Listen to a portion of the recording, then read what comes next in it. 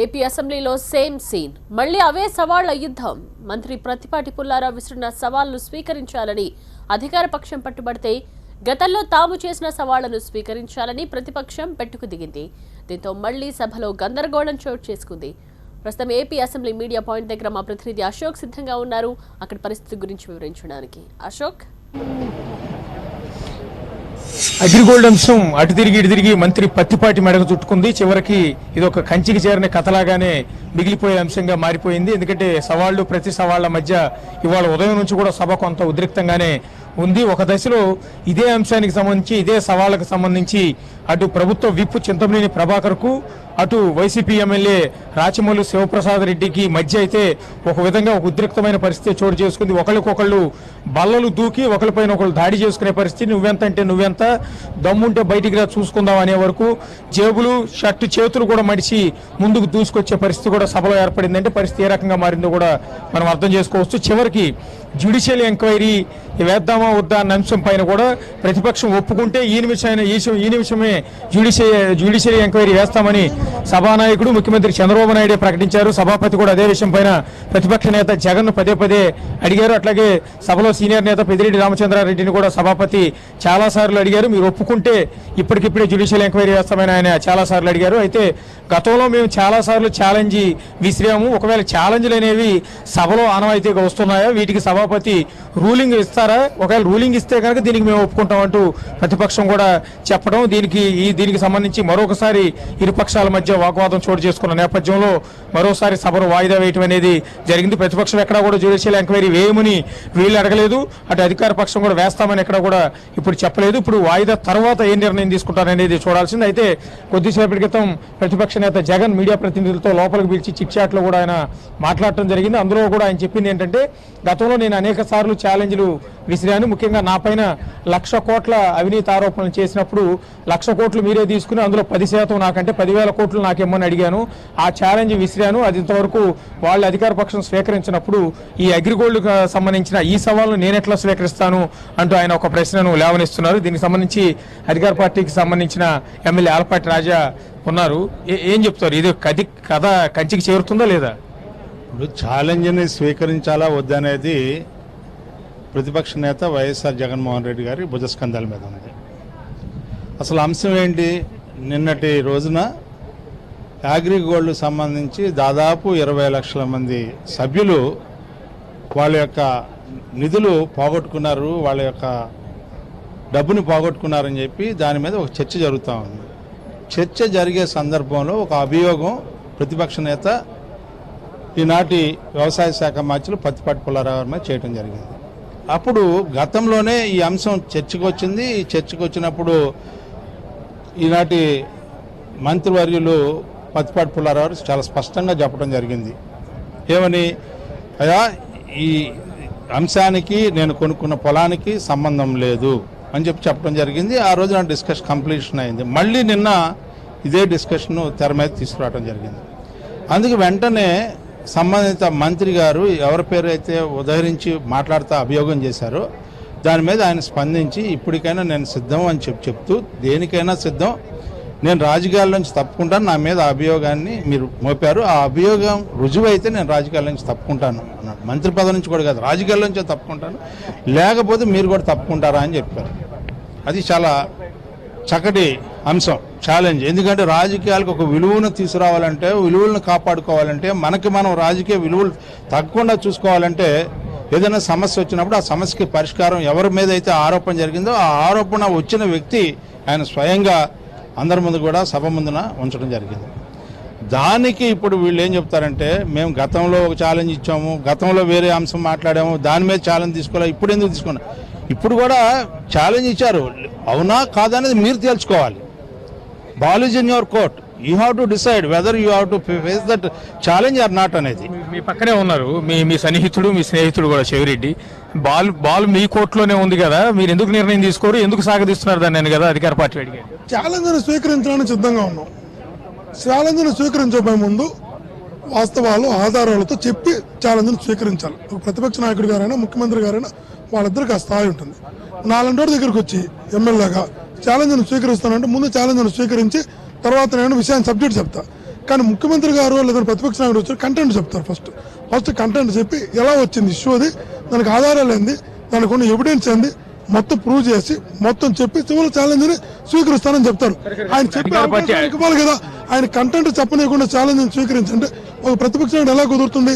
నేను మీకు చూపిస్తాను. ఇప్పుడు చూడండి, ఇందాక లైవ్ లో చూపించారు. ఒకటి ఆధారాలతో చూపిస్తున్నా. చూడు, వ్యవసాయదారుని పేరు ఒకటి ఉంది, వ్యవసాయదారుని సంతకం ఒకటి ఉంది, చెప్తున్నా. ఆధారాలు అడిగారు కదా. ముఖ్యమంత్రి కూడా అంటున్నది ఏంటంటే, సభాపతి అంటున్నది ఏంటంటే, మీ దగ్గర ఆధారాలు ఉన్నాయి కాబట్టి న్యాయ విచారణలో అన్ని బయటపడతాయి కదా, అవన్నీ ఎవరైతే జడ్జి ఉంటారో వాళ్ళకి ఇస్తే సరిపోతుంది. ఛాలెంజ్ ని స్వీకరించడానికి సిద్ధంగా ఉన్నాం, కానీ ఛాలెంజ్ ని స్వీకరించబోయే ముందు కంటెంట్ చెప్పవలసిన అవసరం అయితే ప్రతిపక్షానికి ఉంది. ఆ కంటెంట్ చెప్పే అవకాశం ఇస్తే వాస్తవాలు బయటకు వస్తాయి. జగన్మోహన్ రెడ్డి ఛాలెంజ్ ని స్వీకరిస్తారు, అంగీకరిస్తారని ఆయన మాట్లాడకుండా చేస్తూ మళ్ళీ చెప్తున్నాను. నేను ఛాలెంజ్ ని స్వీకరించడానికి సిద్ధంగా ఉన్నాం. ఒకసారి మీరు చెప్పినటువంటి ఛాలెంజ్ మేము స్వీకరిస్తాం, మేము పెట్టిన ఛాలెంజ్ను కూడా మీరు స్వీకరించాలా. ఓటుకు నోట్లా కానీ 21 మంది గెలిపించుకోవడంలో కానీ మేము ముందే చెప్పాం. బహిరంగ ఛాలెంజ్ చేసినాం. 43,000 కోట్ల అనే దాంట్లో జగన్మోహన్ రెడ్డి ఛాలెంజ్ చేస్తారు, 10% ఇచ్చి తీసుకోమన్నాడు, ప్రూవ్ చేయమన్నాడు. ఒక రూల్ పెట్టినప్పుడు, ఒక ఛాలెంజ్ అయినప్పుడు అందరూ వర్తిస్తుంది. మీరే ఛాలెంజ్ చేసినా మాకు సంబంధం లేదు, మీ ఛాలెంజ్ చేసినా మాకు సంబంధం లేదు, మేము చేసిన ఛాలెంజ్ మేము అంగీకరించాలంటే అంగీకరిస్తాం. ముందే మేము అంగీకరిస్తాం. 5 నిమిషాలు మాట్లాడిస్తే అంగీకరిస్తాం. ఇస్తారా 5 నిమిషాలు టైం? ఆడలేక మధ్యలో ఓడన్నారంట.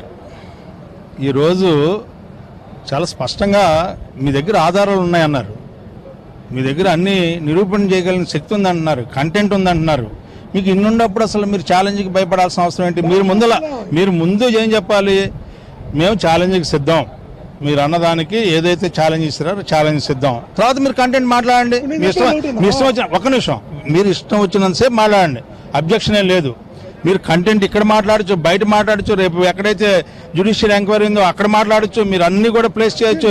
If you are having everything on record, whatever you are showing, ఇదిగో పలానా పట్టా ఉంది, పలానా పేరు ఉంటుంది, ఏ రకమైన కంటెంట్ మీరు చూపించాలనుకుంటే కంటెంట్ని మార్చే శక్తి ఎవరికి లేదు. Content always be the content. ఆ కంటెంట్ ని మీరు చెప్పుకోవడానికి అవకాశం ఉంది, మీరు చేయడానికి అవకాశం ఉంది, చెప్పుకునే అవకాశం ఉంది. ఛాలెంజ్ ను ముందర స్వీకరించాలి. అంటే ఇవాళ దీని గురించి మాట్లాడుతుంటే మేము గతంలో మాట్లాడాం, మేము మొన్న అట్లా మాట్లాడాం, అంతకుముందు అట్లా మాట్లాడాం, దాన్ని యాక్సెప్ట్ చేయలేదు. అవన్నీ కూడా మీరు మాట్లాడుకోవచ్చు ఎప్పుడైనా సరే. మీరు ఈ రోజున ఒక మంత్రి మీద అభియోగం చేసినప్పుడు ఆ మంత్రి ఒక ఛాలెంజ్ ఇస్తాడు, దానికి ముఖ్యమంత్రి కూడా చెప్పాడు. వెంటనే లేచి ఏమని చెప్పారు? ఒక నిమిషం, ముఖ్యమంత్రి గారు కూడా చెప్పాడు. ఏమని చెప్పాడు? మీరు అడిగారు ఏమని అడిగారు? మాకు హౌస్ కమిటీ మీద నమ్మకం లేదు, జ్యుడిషియరీ అయితే బాగుంటుందని చెప్పి మీరు కోరుకున్నారు. మీరు కోరుకొని బాల్ మీ కోర్టులోకి వచ్చిన తర్వాత పారిపోయే వాళ్ళని ఏమంటారు అనేది మీరు అర్థం చేసుకోవాలి. అది కూడా పాయింటే కదా. హౌస్ కమిటీ అన్నది జ్యుడిషియల్ ఎంక్వైరీ కావాలని మీ అధినేత నిన్న అడిగిన ప్రశ్న అది.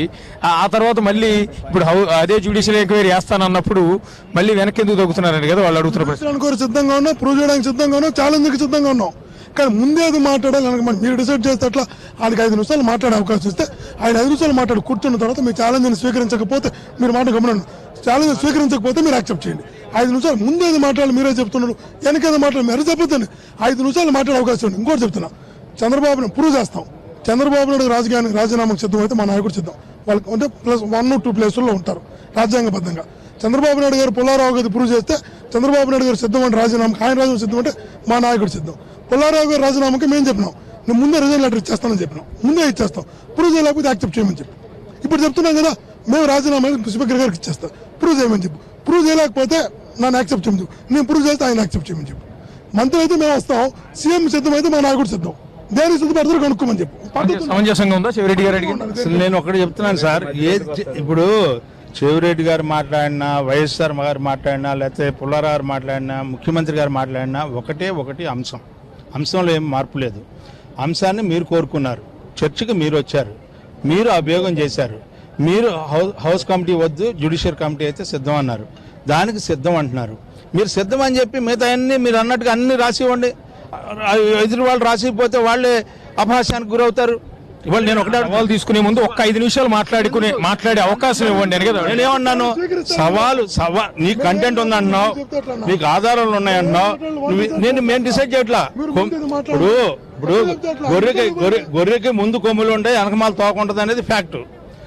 కాదు నేను మాట్లాడి వెనక ముందు కొమ్ములు ఉన్నాయని చెప్పి చెప్పడానికి ప్రయత్నం చేస్తున్నట్టు ఉంది. ఇది లేదు తోక ముందు ఉంటుంది అని చెప్పి చెప్పడానికి ప్రయత్నిస్తుంది. నేను అనేది ఏంటి, మసిపూసి మారేడుగా చేయడానికి ప్రయత్నించకూడదు. నువ్వు ఊరిని టైం డిలే వద్దు, టైం డ్రాగాన్ వద్దు. ఒకటి అంశం, మీరు కోరుకున్నది మీ దగ్గర ఉందా లేదా, మీరు ఇస్తున్న ఛాలెంజ్ మీ దగ్గర ఉందా లేదా, మీరే అడిగారు కదా జ్యుడిషియల్ ఎంక్వైరీ, మీరు దానికి ఎందుకు స్టిక్ అన్నారు? పుల్లారావు గారిని మంత్రులు తప్పించాలి, గుంటూరులో అంతా నిర్ణయం తీసుకున్నారు. ఆయన తప్పించడం కోసం విసుగు చేస్తున్నారు. వాళ్ళ కోరిక నెరవేరాలా? వాళ్ళకి తెలుసు అగ్రిగోల్డ్ భూములు పుల్లారావు గారు కొన్నారని తెలుసు. 2015 జనవరి 4వ తారీఖు 2015 జనవరి 4వ తారీఖు చెప్తున్నా, 2015 జనవరి 4 హిందూ పేపర్లో అగ్రిగోల్డ్ భూములు ఏలామని వచ్చింది. ఫిబ్రవరిలో ఆయన కొనుగోలు చేశాడు, జూన్లో మళ్ళీ అమ్మేశాడు. జూన్లో అమ్మేటప్పుడు పాస్బుక్లు ఉంటే తప్ప మేము కొనము అన్నారు. అప్పటికి వెళ్ళి పాస్బుక్ లేదు. అప్పటికి వెళ్ళి గవర్నమెంట్ ఏం చెప్పింది, అంత కంప్యూటర్స్ పాస్బుక్లు అని చెప్పింది, ఆన్లైన్ పాస్బుక్లు అనింది. ఆయన అమ్మడానికి వీలు పల్ల. ఆ ఎడవుల్లో అమ్మాలని చెప్పి 6 ఎకరాలు వ్యవసాయదారుని పేరు ఒకటి, వ్యవసాయదారుని సంతకం ఒకటి, ఫోటో ముందు ఒక ఎంఆర్ఓ, కింద ఒక ఎంఆర్ఓ, అడావుడికి పెట్టి 6 ఎకరాలు అమ్మేసుకొని వెళ్ళిపోయినాడు. అన్ని వాళ్ళకి తెలుసు, మనకి తెలుసు. ఆధారాలు తీస్తాం, కాపీలు ఇస్తాం. ఆయన కాకుండా చాలా పెద్దోడు. ఎందుకంటే నేను చదువుకున్నప్పుడు ఆయన ఎమ్మెల్యే. ఈ సంతకం ఒకే చెప్పమని చెప్పు. ఒక పాస్బుక్లో పత్తిపాటి తేనె వెంకాయమ్మ పుల్లారావు గారు ఇక్కడ సంతకం పెట్టాడు తహసీల్దారు. ఇక్కడ ఒక ఎంఆర్ఓ సంతకం పెట్టాడు. వ్యవసాయదాని పేరు వెంకాయమ్మ, వ్యవసాయదాని సంతకం ఉదయ్ దినకరన్ను. సరసోటమైనది ఆన్లైన్ పాస్బుక్, మాన్యువల్ పాస్బుక్ ఎట్టొచ్చింది. ఒకే పాస్బుక్ 2 సంతకం పెడతారు. వ్యవసాయదాని పేరు ఒకటి ఉంటుంది, కింద వ్యవసాయదాని సంతకం వేరే ఎట్టు వస్తుంది. నేను ఆధారం లేకుండా చెప్పడం. మేము చెప్తున్నది ఏంద్రా అంటే, మీకు ఏదైనా పుల్లారావు కోపం ఉంటే మీరు వేరే స్టేజ్లో తెలుసుకోవచ్చు. ఒకటి అండి, కామన్ గా అందరికి వచ్చే డౌట్ ఏంటంటే, ఈ ల్యాండ్స్ కొనేటప్పటికి అగ్రిగోల్డ్ మీద అలిగేషన్ రాలేదు, అగ్రిగోల్డ్ సంస్థ మోసం వెలుగులోకి రాలేదు కదా. ఎందుకు రాలేదు నేను చెప్తున్నా ఆధారం. 2015 జనవరి 4వ తారీఖు హిందూ పేపర్లో వచ్చింది. ఏమని అగ్రిగోల్డ్ వేలానికి వస్తున్నాయని. ఈయన కొనింది ఇప్పుడు ఫిబ్రవరిలో, అమ్మేసిన జూన్లో అమ్మేశాడు. మళ్ళీ 6 ఎకరాలు రాకుండా పోవడం అలిగేషన్ హిందూ పేపర్లో, అన్ని పేపర్లో వచ్చిన తర్వాత నిండి సభసాక్షిగా చెప్తున్నాడు కదా ఆయన. అప్పటికి అలిగేషన్ రానప్పుడు నేను కొంటే నష్టం ఏంటి?